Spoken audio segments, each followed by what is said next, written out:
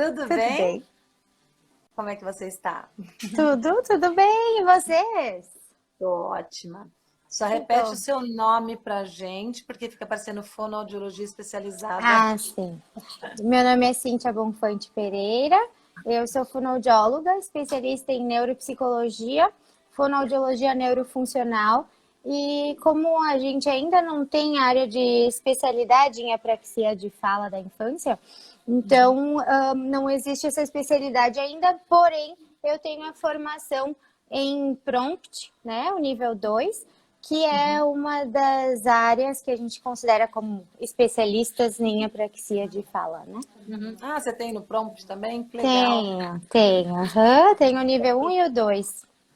Que bacana. Você sabe que eu sou apaixonada por pesquisar tudo, né? E Eu notei eu, na outra live que a gente fez. eu só sou louca por pesquisas, assim. E a praxia da fala é uma coisa que sempre tem me chamado bastante atenção pelas confusões que acontecem. Então, a gente vai bater Aham. um papo bem legal sobre isso, porque, por exemplo, como você sabe, eu adoro pesquisar, mas eu não sou fono. Então, Sim. né, não estudo a parte de fonoaudiologia no geral, não clínico, então, quer dizer, quanto mais você pratica, mais você aprende. Então, Exato. né, eu Uhum. não vou saber nunca o que uma fono realmente sabe. Então, é por isso que eu convido os especialistas para poder conversar. E aí eu acabo Sim, entendendo um pouco também, justamente por causa de confusões que existem aí na existe. relação da dipraxia de fala com o autismo. Então, a gente vai tentar conversar sobre isso. Pessoal que quiser ir deixando a pergunta aqui, procurem se concentrar nesse assunto, tá, pessoal? Sobre realmente esse sobre a praxia da fala, ou pelo menos algumas coisas sobre fala. Aí o que eu e a Cintia, a gente puder ajudar aqui vocês, né? Então a gente vai poder ajudar. Ó, já tem uma coisa que eu esqueci, ó. O pessoal já está perguntando o que que é prompt, né? Então, Aham. Sim, o que eu pensei hoje é fazer um pouco de uma organização com vocês com relação ao que é linguagem, o que é fala, o porquê que é uma confusão em relação a avaliar uma praxia de fala numa criança quando ela tem autismo, por que é tão difícil. Então eu vou começar um pouquinho para contextualizar essa questão da linguagem. A linguagem ela é dividida em linguagem receptiva e linguagem expressiva. Então, a receptiva seria a compreensão que a gente tem diante do que as pessoas nos falam, e a linguagem expressiva, ela abrange uma gama muito grande. Então, dentro da linguagem expressiva, nós temos gestos, palavras, símbolos e linguagem dos sinais. A própria escrita é uma linguagem expressiva. Dentro da linguagem, o que o fonoaudiólogo avalia? Ele avalia muitas áreas que as pessoas que não conhecem a fundo a comunicação não sabem. Então, dentro da linguagem, a gente avalia a semântica, que seria o que significam as palavras, né? O vocabulário, que é a quantidade de palavras que essa criança fala, fonologia, que são os sons relacionados, né? Os sons das letras relacionados à nossa articulação. A morfologia, que é a forma das palavras. A sintaxe, que é como a gente organiza as palavras numa frase. E dentro disso, nós também avaliamos a entonação, que é a prosódia, como que a gente interage com o mundo através dessa comunicação, que seria a pragmática, que é o uso da linguagem. Por que eu estou falando tudo isso? Porque a apraxia de fala, na verdade, ela é conhecida desde 2007 nos Estados Unidos. Então, é algo que faz muito tempo que os Estados Unidos já sabem que isso existe. E no Brasil, não. No Brasil, até foi algo assim importante de falar, porque eu observava no consultório que as crianças, algumas crianças vinham e elas tinham a intenção, elas tinham a pragmática, elas tinham a vontade, mas na hora de sair a fala, eu via que elas tinham mais dificuldades motoras. E isso me levava a pensar, mas parece que eles tiveram uma lesão cerebral, porque um adulto que teve uma afasia de Broca, por exemplo, ele vai ter essa dificuldade articulatória. E eu pensava, mas gente... E aí eu estudei nos Estados Unidos, eu fiz um ano de faculdade de fono lá, e foi quando eu comecei, opa, isso aqui nos Estados Unidos já é muito. E no Brasil ninguém sabia, ninguém entendia quando eu falava, mas gente, não tem, essa criança não tem um desvio fonológico típico. Então eu estudei muito isso. Toda a questão de linguagem nos Estados Unidos ela é muito mais avançada, né, do que aqui. Então sempre foi algo que eu busquei. E a ASHA, que é a Associação Americana de apraxia, de fonoaudiologia, desculpa, eles consideram, então, desde 2007, que a apraxia de fala, ela é um distúrbio motor, neuromotor, funcional. Então, a criança não consegue organizar a sequência de sílabas ou mesmo um fonema, um som, após uma vogal, antes de uma vogal. A dificuldade da criança na apraxia é justamente essa. Eu achei importante a gente falar um pouquinho disso, porque tem muitas pessoas que nem sabem o que é apraxia. Então, eu queria dar uma contextualizada nesse sentido, porque no caso da apraxia, ela é estritamente da parte motora oral. Então, ela não leva em consideração a pragmática, a semântica, embora elas sejam correlacionadas, né? E que é isso que é o difícil no TEA, né? No autismo. Porque no autismo a gente vê um déficit mais pragmático nesse uso da linguagem. E a criança com apraxia, ela pode ter um distúrbio pragmático de socialização, mas secundário, né? E no autismo é mais primário. Vem a atraso de linguagem em decorrência a uma dificuldade de interação social, de intenção. Vamos só explicar para as pessoas, então, só para elas não se perderem, primeiro sobre o prompt, que você fez o 1 e o 2. Então, se você consegue explicar em pouquíssimas palavras o que é o prompt? O prompt é uma das técnicas de trabalho multissensorial com as crianças com apraxia, crianças e adultos, né? Por que o prompt é uma técnica importante? Porque eu vou pegar gatilhos na musculatura dessa pessoa onde ela não consegue me imitar. Então, não adianta eu fazer, vamos fazer junto. Ela não consegue. Então, eu preciso ativar no cérebro todas as áreas sensoriais possíveis. Então, eu vou ativar a visão, né? A parte visual, a parte tátil, proprioceptiva, que é o que a gente nota que funciona melhor. E questões, né? É uma integração sensorial dentro de uma técnica só. Para eu buscar esse cérebro para que ele faça a conexão com a boca para conseguir produzir os sons. O que é, assim, é algo muito complexo, porque o cérebro sabe o que quer dizer, mas a boca não obedece. E muitas vezes a boca nem sabe como fazer. Então, o que a gente vê é que a dificuldade é uma coordenação. O meu cérebro sabe. E tu pergunta para a criança, tu quer comer, tu não quer? E ela faz que sim, ela tenta te falar e ela não consegue, porque a boca não sabe sequencializar os movimentos responsáveis pelos sons. Então, o porquê que é tão difícil isso? Porque a fala não é que nem o caminhar, que o caminhar, ele é um pouco mais repetitivo. A fala, olha quantas vezes eu mexi minha boca, eu fiz um monte de frases que o meu cérebro nem está tendo consciência disso, né? Quer dizer, ele está, mas eu, Cíntia, não estou realmente pensando em cada palavrinha que eu vou usar.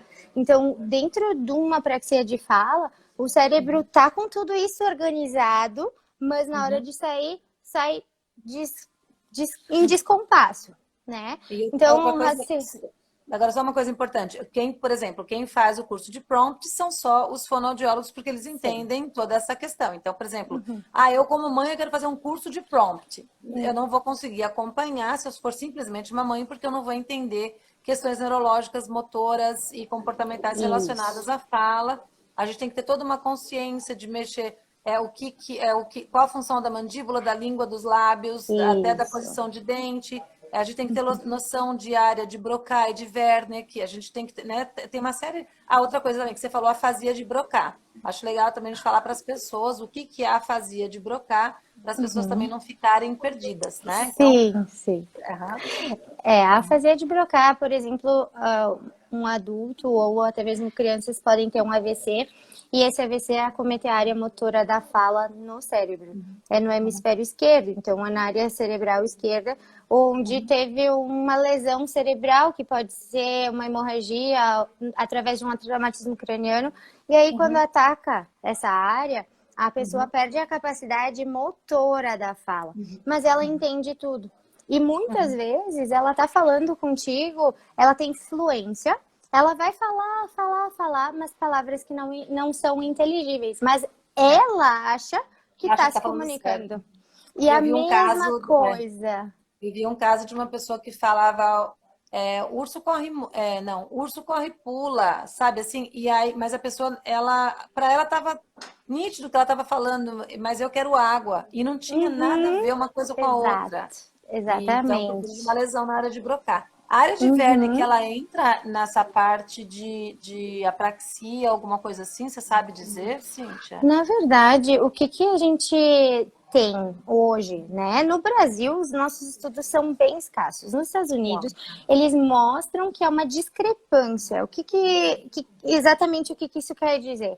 Que a fala da criança não acompanha a compreensão dela. Então, a área Uhum, de Wernicke estaria aparentemente mais preservada. Então, a uhum, discrepância seria que a área de Wernicke é a área de compreensão da fala, num geral, uhum, assim, né? Mas a criança, normalmente é aquela criança que a mãe diz: nossa, mas ela entende tudo, ela só não uhum, fala. Mas, aham, claro, a apraxia de fala, ela tá uhum, dentro ela é uma alteração de linguagem que uhum, acontece, tem vários distúrbios de comunicação. Então, quando a criança tem um atraso de fala, não é sempre que ela vai ter a apraxia, não é a causa única. Tem uhum, muitas outras que a gente tem que investigar. Mas o que a gente vê hoje, eu vejo nos fonoaudiólogos, eles às vezes não sabem avaliar. Então, eles uhum, olham e eles dizem: ai, pode ser falta de estímulo. Porque daí a aham, criança tem a pragmática, ela é uma criança é, interativa. Mas ela aham, não fala: ah, é porque, mãe, tu dá tudo que ela quer, ela aponta e tu dá. E nem avaliou toda a questão aeromotora.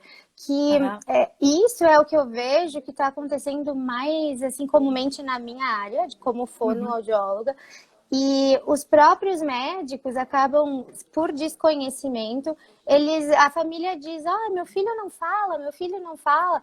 E o médico olha e diz: ah, mas ele quer falar, então depois uhum. ele vai falar, ele Qualquer hora ele vai. fala. Isso, uma hora ele fala. Aí ele bota na escola que vai passar. Isso, é. Isso Uhum, para mim, assim, me dá até uma dor. uhum, E eu acho muito legal que a Associação Brasileira de Apraxia é um conjunto de pais que se uniram uhum, para realmente disseminar o conhecimento sobre isso, né? uhum. E a gente vê que muitas vezes os pais são desencorajados, né? Ai, Aham, sim. não vai, por quê? Às vezes até o próprio marido, o pai da Uhum, criança diz: mas tu sempre vê coisa, né? Mas eu digo para as mães, até hoje mesmo uma mãe me mandou uma mensagem e ela falou: uhum, ai, meu marido tá aqui dizendo que eu só vejo coisa. E eu pensei, todas as vezes eu escuto sempre que a mãe tem um pensamento e uhum. que o resto das pessoas acham que ela está exagerando. Sim, Mas eu exato. sempre É. acredito na mãe, porque elas têm Uhum, uma sensibilidade diferente. E se uhum. elas notam que Sim. tem alguma coisa estranha, tem. E eu sempre valorizo isso e eu digo: vocês precisam buscar uma avaliação de quem conhece comunicação. O fonoaudiólogo é Uhum, a pessoa mais indicada para isso. Porém, uhum, tem fonoaudiólogos que não sabem ver a apraxia. Então, eles mesmos dizem para a família: ah, uhum, vou te passar umas orientações, mas não te preocupa, tá muito cedo uhum. ainda. E Aham, esse cedo é um tempo perdido para perdido. apraxia. Bom, para todos Neuroplasticidade os grita, né? Pelo amor diagnósticos. de Deus, a neuroplasticidade está ali gritando e a gente fala, não, vamos dar Exato, tempo. Ele vai exato. conseguir. Deixa eu contextualizar aqui. No Uhum, caso do Nicolas, que nasceu em 99, ele já apresentava dificuldade para fala, né? O caso do Nicolas, uhum. honestamente, se você tiver algum diagnóstico aí para dar, inclusive durante a live, pode dar, tá? Porque o Tá. caso do Nicolas acabou ficando para trás. Uhum. Então, onde começou o meu interesse? Justamente porque o Nicolas não tinha. Hoje em dia eu entendo que não é apraxia, né? E quanto mais eu Uhum. estudo, mais eu entendo. Até na última live que eu fiz com uma fono também, me clareou Uhum. mais ainda que realmente, muito possivelmente, não existia uma apraxia da fala nele. E Uhum. na época do Nicolas não existia o estudo de apraxia da fala, né? Então foi se aparecendo agora, de 2007 para cá, nos Estados Unidos, mas aqui no Brasil ainda está muito desencontrado. Eu até queria conversar um pouco com você para tentar. Eu também quero entender melhor algumas coisas. Uhum. Então, do Nicolas foi assim: ele não tinha interesse em falar, ele não Sim. queria falar. E quando Uhum. ele tentava falar, ele acabava ficando prolixo por uma coisinha, né? Como eu dei o exemplo aqui, Sei. ele falava assim, vamos jogar Dave? Aí ele descrevia o jogo, o Chuca Dave, do menino do chapéu, do menino do episódio, do gol do Dor. Ele falava um montão de coisa, tudo com uma pronúncia muito ruim, né?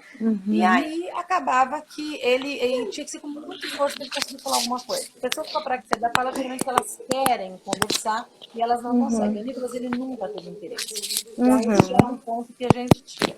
Eu estudei já dislalia, disartria, tinha estudado um monte de coisa no magistério, e eu comecei a retomar um monte de estudos e nada nunca fechou com o Nicolas. Ou seja, por Sei. enquanto que eu saiba, é por causa do tipo de autismo que ele não tem um interesse para conversa. E até hoje, se a gente não estimula, ele tende a regredir. Agora mesmo, a gente acabou de participar de uma live antes dessa, e ele estava me cutucando porque ele não via a hora de parar. E ele gosta da pessoa que fez a live e tudo mais, mas ele não via a hora de parar, então ele estava ali me cutucando ali embaixo, e eu odeio que cutuque, então foi uma coisa meio tensa, assim. Então, para a gente contextualizar, eu gostaria de saber assim, se eu chego Tá para o falhando um Nicolas hoje... pouquinho. Tá, eu vou falar mais devagar, que aí fica mais fácil de entender. Tá falhando um pouquinho a internet. Eu não sei se é aqui ou é aí. Aqui para mim tá tudo bem, por enquanto. Tá. Ah, não, agora eu tô te escutando. Tava falhando um pouquinho. Pode voltar. Então, eu tenho duas perguntas para você. A primeira é como hoje se faz um diagnóstico preciso de apraxia da fala? Por quê? Porque a gente tem visto muito diagnóstico errado. Eu que não sou fono, Sim. eu estou num lugar, a pessoa traz a criança, fala assim, ele foi diagnosticado com apraxia da fala. E a gente vê em um minuto que não é apraxia da fala. Sim. Então, eu queria que você dissesse para as pessoas se é possível. Então, a primeira pergunta é, como se faz um diagnóstico preciso de apraxia da fala? Segunda pergunta, que essa daí eu não sei. Se eu fizer um exame neurológico, vai aparecer alguma coisa? Já se aparece alguma coisa no exame neurológico, de imagem, alguma coisa? E depois a terceira pergunta eu vou fazer, que seria da coisa do Nicolas. Então, essas duas primeiras. Um diagnóstico preciso de apraxia da fala, o que precisa? E segundo, se eu fizer algum exame de imagem, se já sai alguma coisa. Tá.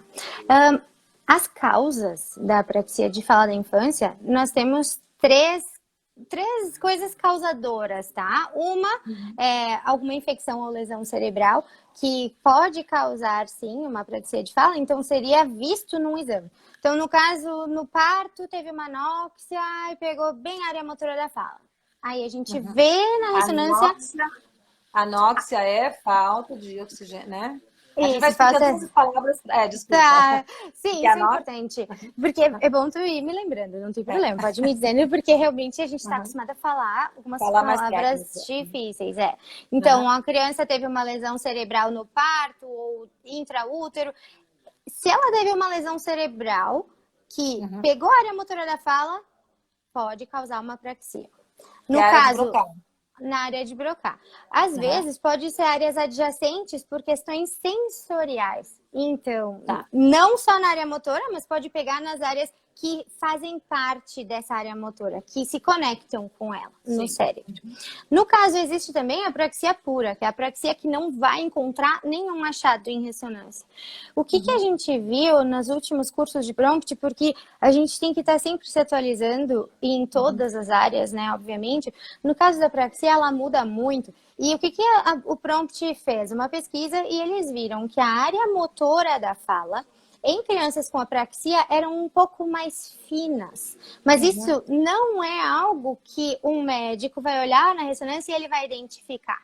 Então, a apraxia idiopática, a apraxia pura, ela não tem um porquê. Simplesmente é um funcionamento cerebral, mas que o prompt vem fazendo muitas pesquisas nessa área e viram que é uma área motora um pouco mais fina, digamos, com menos neurônios, menos conexões neuronais.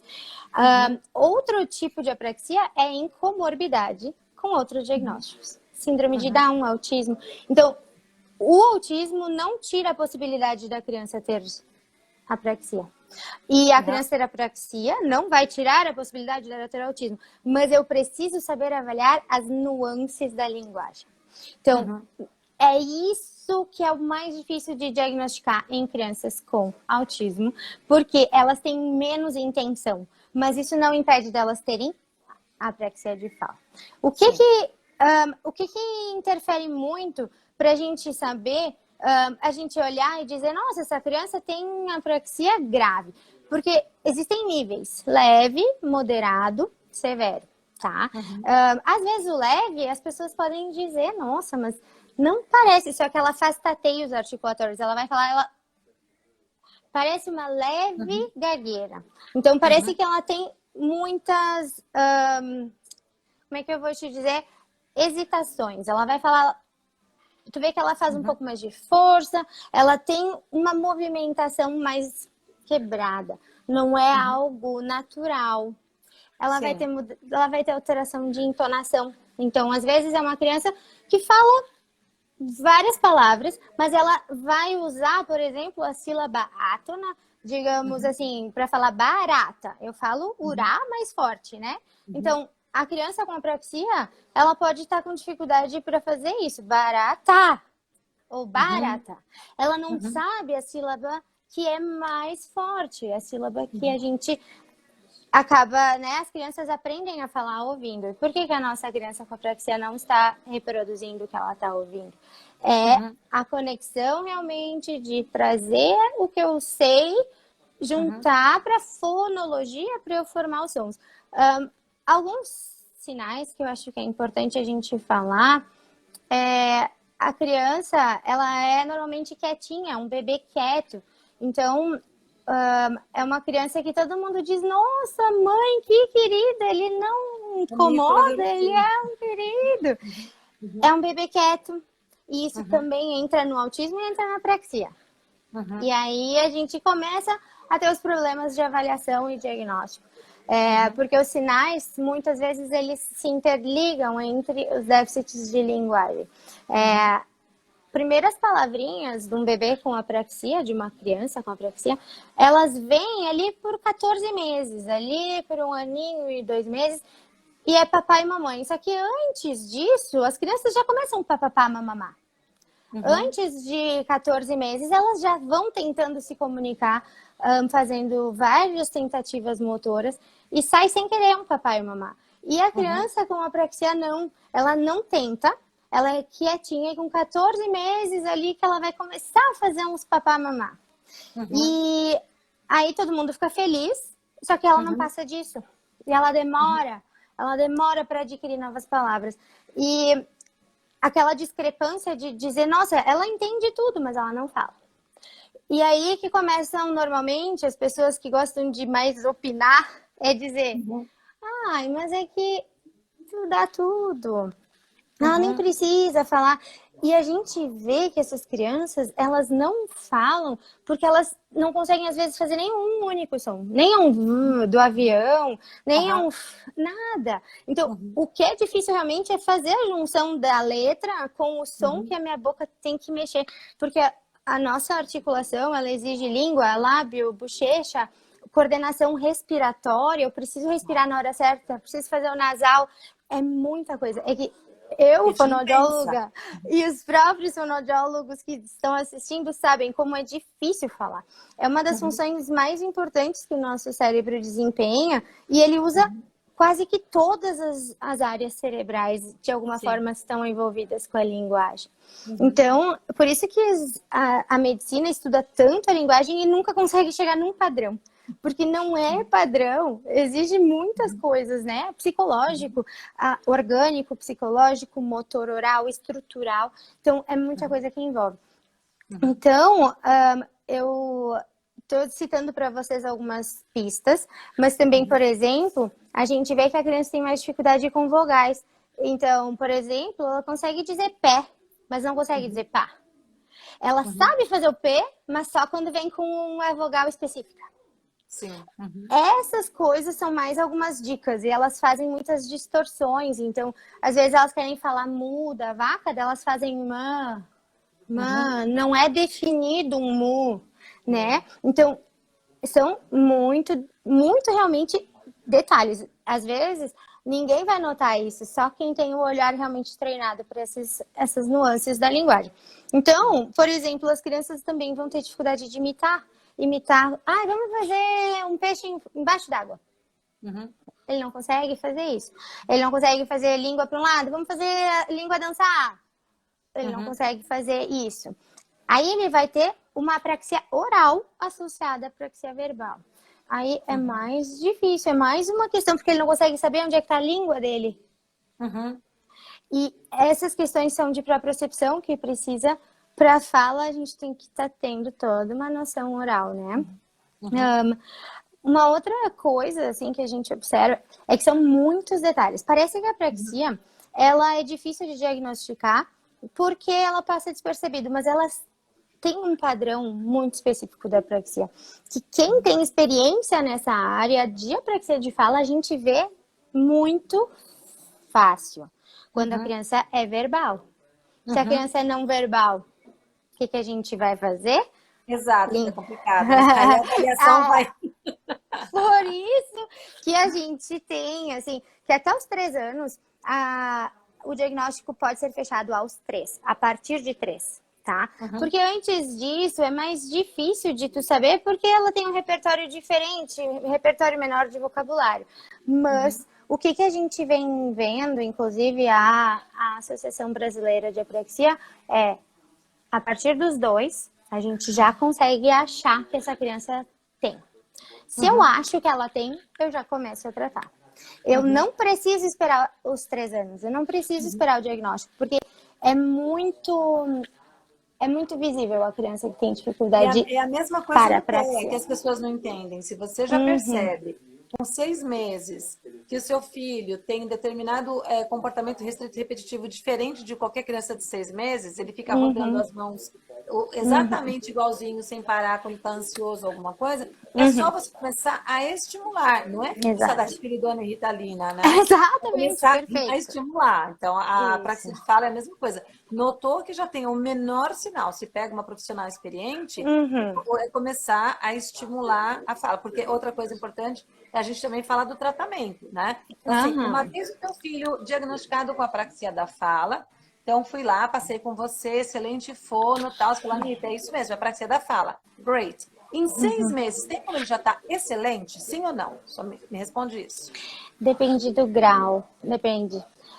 Se é uma criança com um grau leve, só de eu fazer algumas movimentações, melhorar a propriocepção, ela tá com várias palavras funcionais.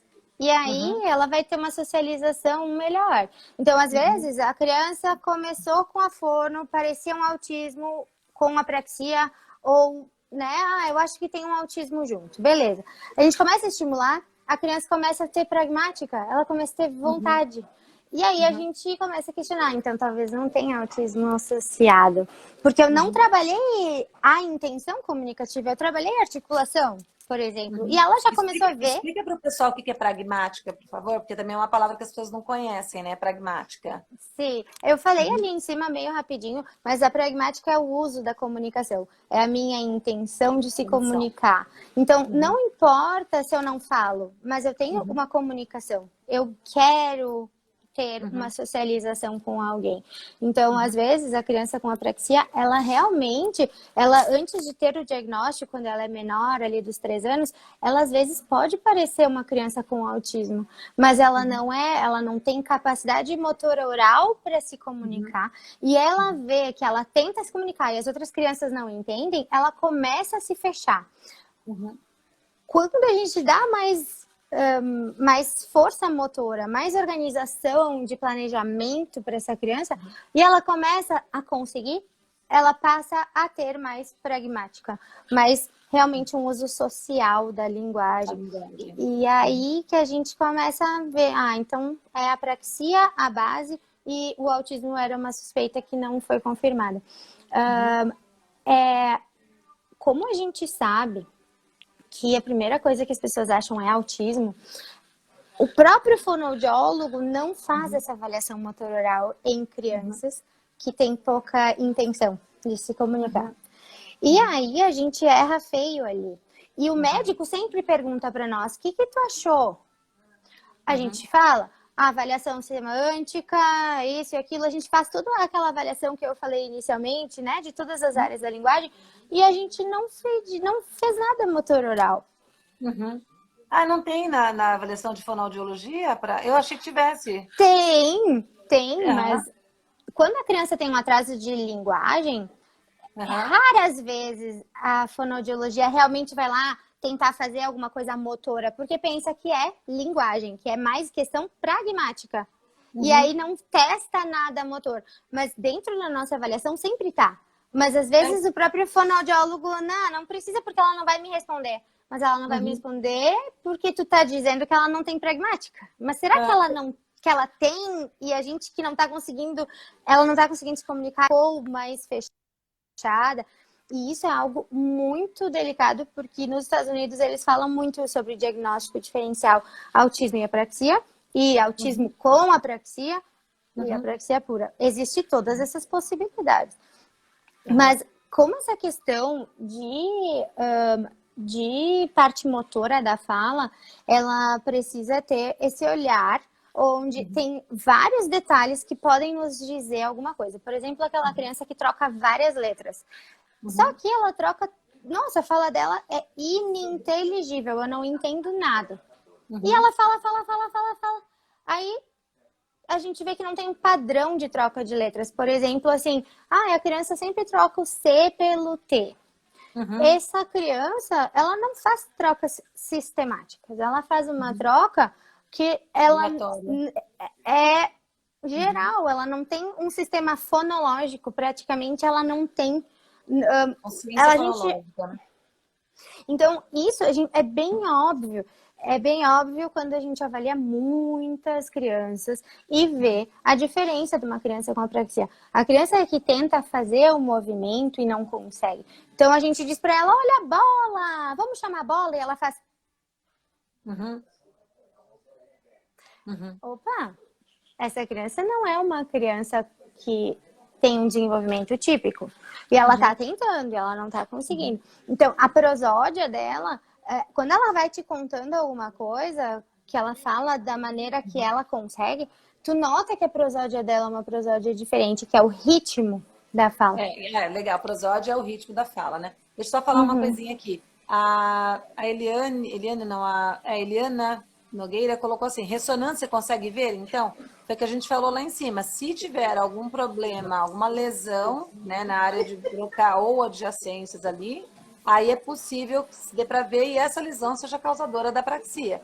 Mas o maior Uhum. problema, me corrija se estiver errada, tá, Cintia? Mas o maior problema hoje em dia, gente, é justamente saber, por exemplo, quando eu atendo famílias, quando eu dou consultoria, tudo, eu peço para as fonoaudiólogas, às vezes eu tenho que mandar e-mail, tudo pedindo o que teria que avaliar. Por isso eu até achei que já tinha. Porque eu sempre peço para os neurologistas, psiquiatras, eu gosto de pedir exames de imagem, eu acho necessário. A gente fala assim, gente, é autismo, não vamos expor essa criança a uma radiação desnecessária. Se Uhum. essa criança fosse passar por radiação durante 15 anos, eu ia dizer, não, realmente não tem necessidade. Mas é um exame, não vai matar. Então, Uhum. esses exames servem para quê? Às vezes, essa criança ela tem um tumor até no lugar. E a gente está Aham. tratando, fazendo sessões de fonoaudiologia ali constantes e a criança não só. E ela está com um tumor, que ela poderia operar, às vezes é operável, às vezes não é operável, às vezes tem que fazer quimioterapia, às vezes ela tem lesão, às vezes. Então, assim, é saber realmente se há um problema no cérebro, um problema ali que você vê palpável, para que se veja como então será o tratamento dessa criança. Então, eu gosto de pedir para os médicos e sempre aconselho as famílias, no nosso curso da Neuroconecta, a gente fala disso, do porquê de Uhum. se fazer exames complementares. Muitas vezes, exames complementares são para até afastar outras coisas, para que o fonoaudiólogo, no caso da Isso. terapia, consiga realmente fazer um trabalho assim, olha, a gente não identificou nada físico, está aqui uma praxia de fala leve, moderada ou severa, independente. Então, como que eu, como profissional, eu, Cíntia, vou levar com esse aluno aqui, né, com esse cliente? Uhum. Agora, ele tem um problema sério, uma lesão considerável. Como que eu vou levar isso, correto, Cíntia? Então, Isso. vai depender, né? Uhum. Outra coisa que Sim. eu queria falar contigo é, ah, quais são os tratamentos ou dicas que você pode dar para as mães que têm uma desconfiança ou que realmente tenha certeza que é apraxia da fala? Você tem alguma dica para dar? Quais brincadeiras a gente pode... Porque tem um colega nosso que fez no Eduque 360, tá Uhum. até lá no... como é que chama? Na bio deles, ele colocou lá o link. Então dá para você entrar no Play Store e baixar um app de apraxia da fala que ele fez especialmente para pai de Cotia, para poder Uhum, ajudar crianças com várias deficiências, né? Não com uhum, autismo, com síndrome de Down e outras deficiências intelectuais associadas. Então tem um app. Se você pode dar uma dica para essas pessoas. E outra coisa que eu queria que você falasse é se existe e quanto existe, porque eu já ouvi colegas meus dizendo assim, gente, eu duvido muito que exista apraxia da fala. Para mim, tudo é autismo. Né? uhum, E quando eu ouvi isso, foi bem no começo, quando eu comecei a estudar sobre a apraxia da fala, e eu pensei, cara, faz sentido, vamos ver. E eu, conforme eu fui estudando, eu acho que não faz sentido. Eu acho que tem os dois separados, mas eu acho que é muito mais difícil se achar uma pessoa só com a apraxia da fala e pronto, uhum, acabou. Acho que é mais difícil achar. Então, uhum. existe uma porcentagem de diagnósticos? Existe assim, uma cada 10 mil crianças, uma cada 100 mil, 1% da população? Existe isso? Então, dois pontos. Sim. Dicas para as mães e também se existe, que eu acho que existe, o diagnóstico por diapraxia sem autismo. Uhum. Sim, a apraxia nos Estados Unidos, eles têm uma média, umas pesquisas que falam que 65% dos autistas têm apraxia. Porém, 65%. 65%. É altíssimo. É muito alto. A mesma Uhum. coisa na síndrome de Down, porque na síndrome de Down já tem uma questão motora oral, Uhum. que vem com a síndrome, né? Então, é mais difícil ainda de diagnosticar Uhum. na síndrome de Down. Porém, a gente vê que a síndrome de Down tem mais intenção comunicativa. Uhum. Então, ao mesmo tempo que é difícil de diagnosticar na síndrome de Down, ainda assim é mais fácil do que no autismo. O que Uhum. eu vi em várias crianças autistas que eu trabalho, que muitas vezes eu trabalho em intenção comunicativa, no momento que eu consigo um pouco mais de intenção, eu já consigo ver se tem ou não apraxia. Porque daí ele vai tentar, e aí ele não vai conseguir. Uhum. Já, opa, ele tentou e não deu. Aí Uhum. que eu começo a fazer mais trabalho realmente motor. Porém, Uhum. depois que eu fiz o meu último prompt, que foi esse ano passado, que eu fiz, não é o último prompt, mas sim reciclagens que eu tô sempre fazendo, eu Aham. pensei, sabe o que mais? Já que a gente tem tanta dúvida, eu vou fazer prompt em todo mundo, que me Aham. permite fazer. Eu vou trabalhar multissensorial, porque eu tenho mais medo de eu não pegar esse atraso motor a tempo do Uhum. que eu deixar passar e acho que não tem, porque é muito inconsistente. Não existe, nem nos Estados Unidos, uma avaliação específica para apraxia em autismo. O autismo, Uhum. o difícil é a falta de intenção Uhum. comunicativa. Essa Uhum. é o que dificulta mais para nós. Só que crianças muito pequenas, elas acabam tendo falta de intenção comunicativa porque não tem o motor funcionando adequadamente. Então, aí Aham. começam os problemas diagnósticos. Precisa de muito mais estudo sobre isso, né?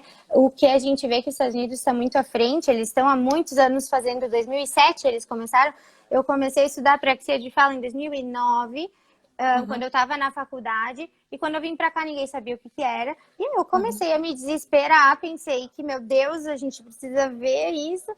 e eu comecei a ir mais atrás de tratamento para isso.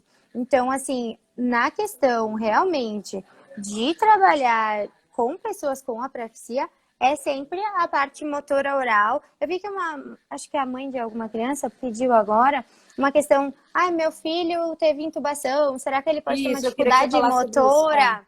Só Uhum. que não é motor puro, não é uma criança com flacidez muscular. É uma criança que não consegue coordenar a musculatura porque o cérebro Cérebro não deixa. falha em mandar a informação para a boca. Então é como se tivesse um fio cortado e a Uhum. informação, tu ligou para alguém, eu liguei, eu falei, mas a pessoa que está ouvindo não ouviu, mas eu falei. É Uhum. isso que acontece, é praticamente isso. O meu cérebro sabe, minha boca não conseguiu se conectar a tempo. Porque Uhum. olha quanta coisa eu tô falando. E meus movimentos de língua estão sendo muito finos, muito rápidos, sincronia. E não existe essa sincronia na criança com apraxia de fala na infância. E depois que a gente avalia mesmo, a gente vê, não é tão difícil de ver isso, mas algumas crianças com autismo são mais difíceis da gente avaliar porque não tem tanta intenção de se comunicar. E aí, às vezes, tu vai dizer, nossa, mas ele é silencioso.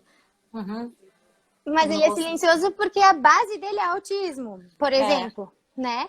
Então, é normal que a criança com autismo não tenha muitas vocalizações quando bebê, só que também entra na apraxia.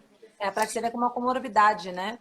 Teve uma mãe que colocou aqui, ó, a pediatra da minha filha falou para eu colocar a minha filha de frente para o espelho e colocar ela para falar de frente. Por que será? Essas coisas que eu fico pensando assim, qual foi a avaliação que ela fez para pedir isso? A tua filha tem dificuldade de imitação? Será? Ou ela tem vontade de se comunicar? Ela tem dificuldade para... Ela tenta falar e não consegue? Ela quer pegar alguma coisa e te pede ajuda? Isso, tem vários detalhes. Para ela ter te dito isso, ela tinha que ter pensado numa avaliação. Então, ela não consegue imitar, fica no espelho. Tá. Mas não é uma orientação que a gente dá para uma mãe que tem um filho que padrão não está ouro, conseguindo né? A orientação falar. padrão ouro. Acontece assim, por exemplo, voltando lá na época do Nicolas, por exemplo, por mais que eu sempre estudei tudo, muito da época do Nicolas não existia a informação, porque não era estudado tanto que é estudado hoje, tanto o autismo quanto a questão de fala, a questão da psicologia, análise aplicada do comportamento, estava sendo estudada nos Estados Unidos já há 10 anos, aqui no Brasil ainda não se falava disso, a gente ainda estava muito na psicanálise. Então, tudo era tratado à base da psicanálise, a análise aplicada do comportamento não era falado. Eu não conheci um profissional aqui, nem na internet tinha.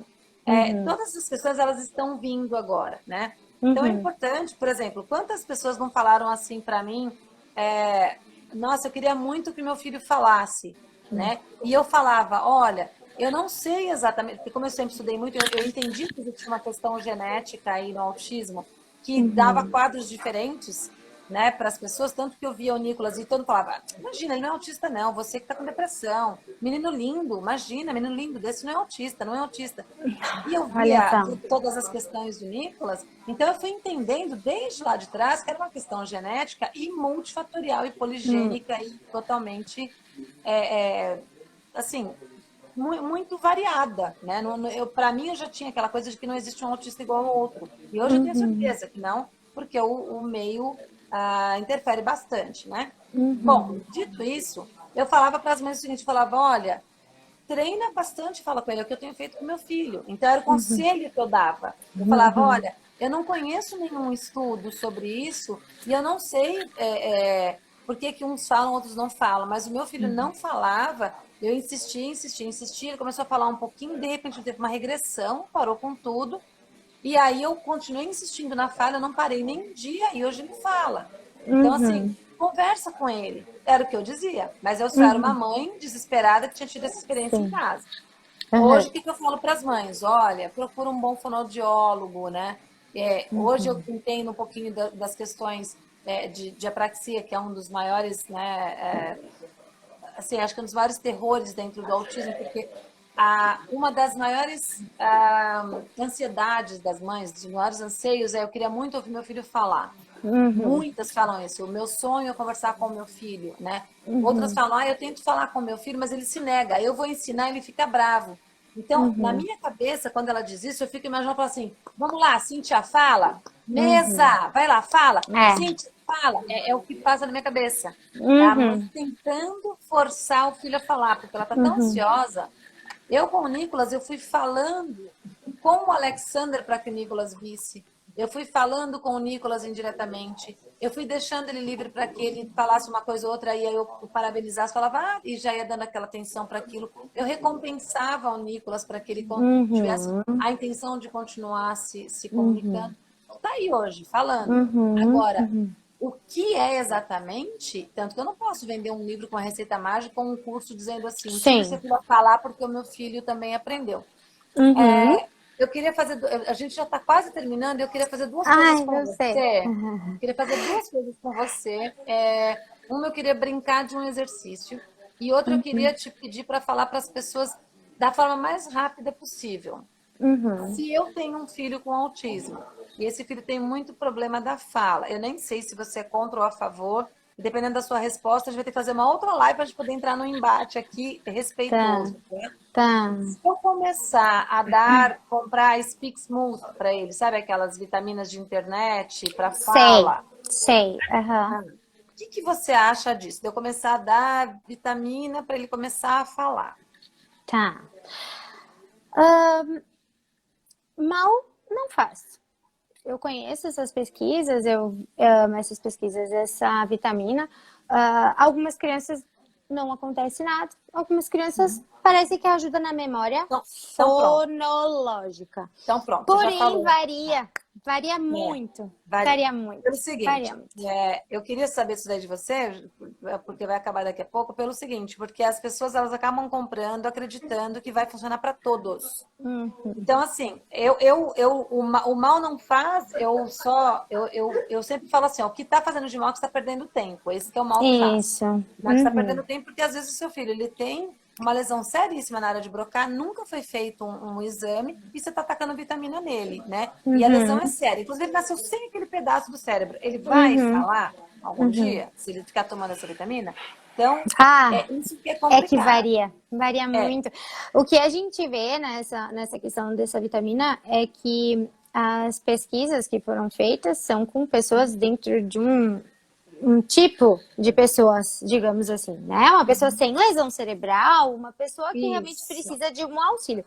E dentro dessa pesquisa apareceu que não teve mal em outras áreas. Porém, É. era dentro de uma população específica, não É. é em toda a população. Mas quando eu digo população, é na questão de pesquisa que a gente chama de população, que é um grupo de pessoas que são parecidas para a pesquisa. Para a pesquisa, ela botou É. algumas, tu sabe Fenótipos melhor do que eu parecidos. disso, né? É, Os são fenótipos. requisitos disso. Então, por isso, eu sempre digo para as famílias assim: qual é o prognóstico do meu filho com apraxia? O prognóstico é: vamos fazer terapia fonoaudiológica, nós vamos trabalhar essa articulação. Os pais precisam estar junto e acreditando no que o profissional está falando, porque a repetição ela é incessante, mas não é sentar na frente da criança e ficar repete para mim, repete para mim. Tem que ser Isso, é. funcional. Então eu tô brincando com a criança, ela tem que me pedir 10 vezes a bolinha. Ela não vai ter que falar bola, bola, bola. Eu falo, ai, agora, meu Deus, cadê a bola? Daí ela tem que achar a bola, ela tem que dizer bola. Dentro da brincadeira, ela tem que dizer bola várias vezes, mas porque ela está querendo. A criança com autismo, para eu trabalhar a fala com ela, a minha dica para os pais é intenção comunicativa. Eu nunca vou fazer um autista falar se ele não quer. Isso assim, ó, isso é uma questão realmente que eu fui lá no Carlos Gadia, nos Estados Unidos, e foi lá que eu vi isso, faz uns 10 anos, 12 anos, e isso nunca saiu da minha cabeça.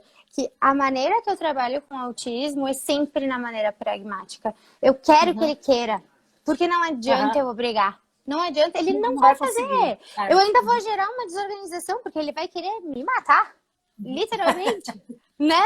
Então, assim, eu preciso que ele queira. Então, eu gero situações que ele tenha que se comunicar e que ele tente. E é assim que eu tento descobrir a apraxia. Eu tô sempre fazendo com que ele tente se comunicar e no momento que ele tenta, eu já começo a tentar ver o que está acontecendo, se ele tem tateio articulatório, se ele tá...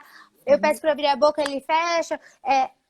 Essas questões, então, é que para avaliar isso, a gente tem que conhecer um todo. E na criança com autismo, eu diria assim, realmente, trabalha pragmática, que quando ele quer falar, vai sair.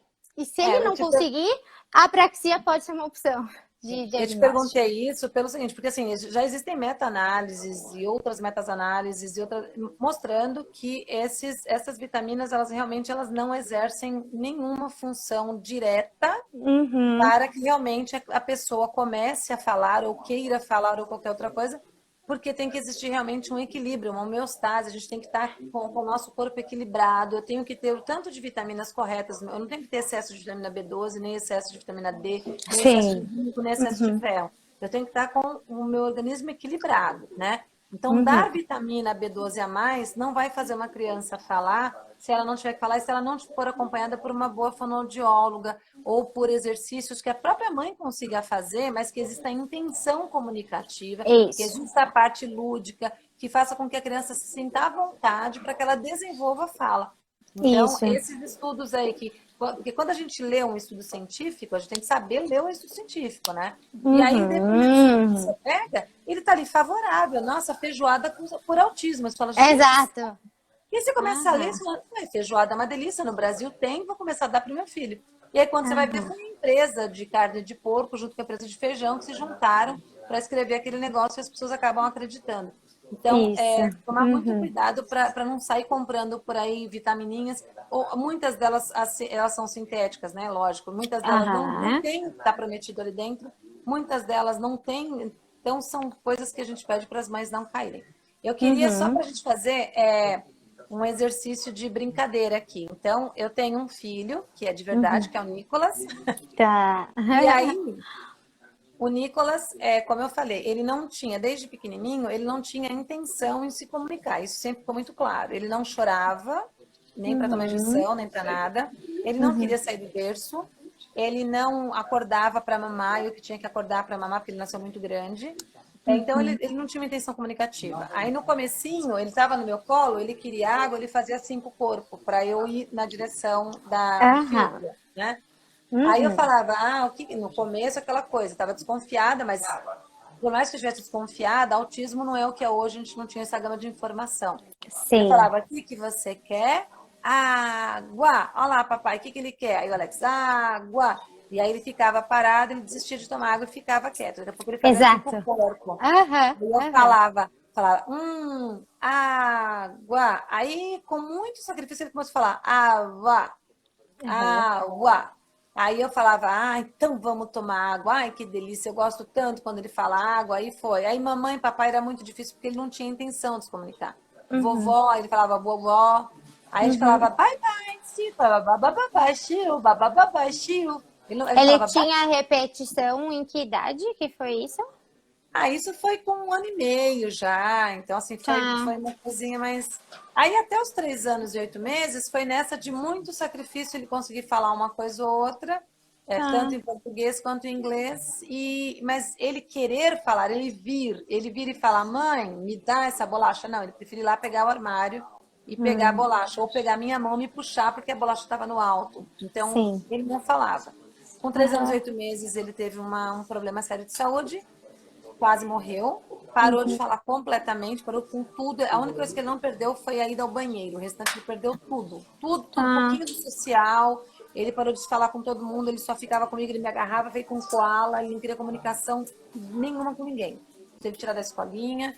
E aí voltei, aí comecei mais intensamente fazer eu mesma fazer um monte de terapias com ele em casa.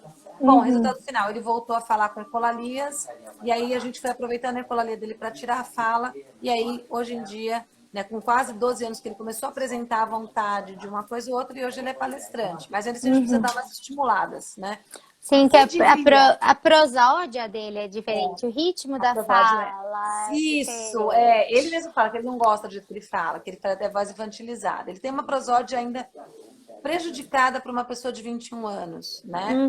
A pragmática dele está muito, nossa, não dá nem para dizer o quanto melhorou, né? Nossa, eu conversei com ele aquele dia, eu achei que ele estava muito bem na pragmática, assim. A gente vê que a gente tem que puxar um pouquinho, mas nada que seja impossível dele ter uma convivência tranquila, né? Assim, uma socialização, a gente tem que dar uma puxadinha nele, mas isso faz parte Você arriscaria um diagnóstico para ele tem só dentro da fonoaudiologia? O autismo a gente sabe que ele tem, beleza. Só dentro da fonoaudiologia é possível com essas características falar assim, olha, talvez ele tenha isso, talvez ele tenha aquilo? Porque eu precisaria ver como é que ele falava quando ele estava tentando. Porque o que me traz mais certeza quando as vogais são muito, elas não são muito diferenciadas. Mas sai o som, mas a boca não acompanha a articulação que é esperado para esse som. Então, eles vão se adaptando. E aí começa a ficar pá, ré, ri, ró, ru. Tudo fica, tipo, igual. E aí que a gente não consegue saber o que a criança está falando. Então, eu precisaria analisar uns vídeos dele pequeno, para analisar como é que ele está hoje. Porque se ele tinha uma apraxia leve, hoje ele é uma pessoa que tem uma apraxia continua, apráxico, de base, mas que se tornou funcional. Então, assim, eu preciso ver como é que ele era no início, porque agora ele já teve muitas intervenções para eu poder te afirmar alguma coisa. Mas uma coisa que é importante, que eu não queria deixar de... Eu penso às vezes de uma apraxia leve, mas ao mesmo tempo cai por terra sobre a intenção de comunicativo, que ele não tinha intenção, né? E ele tinha um problema muito grande, uma hipotonia de face muito grande, tanto que a gente conseguiu tratar ele com uma fono, que não tinha nada a ver com autismo, justamente a força, o morder, o não falar assim, o não ficar com a boca aberta, coisas do tipo, né? E até impostar um pouco mais a voz. Mas Tu sabe que isso é bem... Eu vou te dizer uma coisa assim, dentro da apraxia tem algumas coisas que podem vir junto, que é apraxias, que são as motoras orais, e também mastigação, alimentação, fica com o alimento parado, a intenção comunicativa, ele de base não tinha, mas será que era porque ele não conseguia fazer os movimentos que ele podia tentar? Ele podia estar tentando, e tu nem ter visto que ele estava tentando. E é isso que traz os grandes problemas de diagnóstico de apraxia com autismo, porque não sabe quem é que veio primeiro, o ovo ou a galinha. Galinha, Esse que é o grande problema. Mas eu arriscaria dar uma avaliada, se tu tem vídeos dele, eu queria dar uma olhada nisso, porque a alteração de prosódia, a alteração de pragmática, ela vem depois de muito tempo de apraxia, a pessoa fica com uma alteração pragmática de socialização. Claro que no autismo a gente tem que lembrar que tem aquele guarda-chuva, né? Movimentos repetitivos, que isso a gente não vê na apraxia, né? É uma diferença. Na apraxia típica, pura, a gente não vê uma criança com repetição de atividades, aquele toque, né? Aquela coisa de realmente estereotipado. Então, a gente tem que avaliar as características que ele tinha de autismo e as motoras que ele tinha. Que talvez uma entrelaçou com a outra. Vai cair, infelizmente. Eu preciso falar que a apraxia não tem CID. E que por isso as escolas é muito difícil. Bom, eu tenho muita coisa para falar, mas a gente conversa outra hora. Marca outra com o Alexander, escolhe um assunto e a gente vai ajudando as pessoas aqui como a gente puder. Tá bom? Com certeza. Foi um prazer novamente. Muito 10 bom. segundos para terminar. Então, Obrigada, Cíntia. Tchau. Fica com Deus. Beijo, Marca outra com o Alexa, é um prazer. Tchau, tchau. Obrigada pelo convite. Prazer.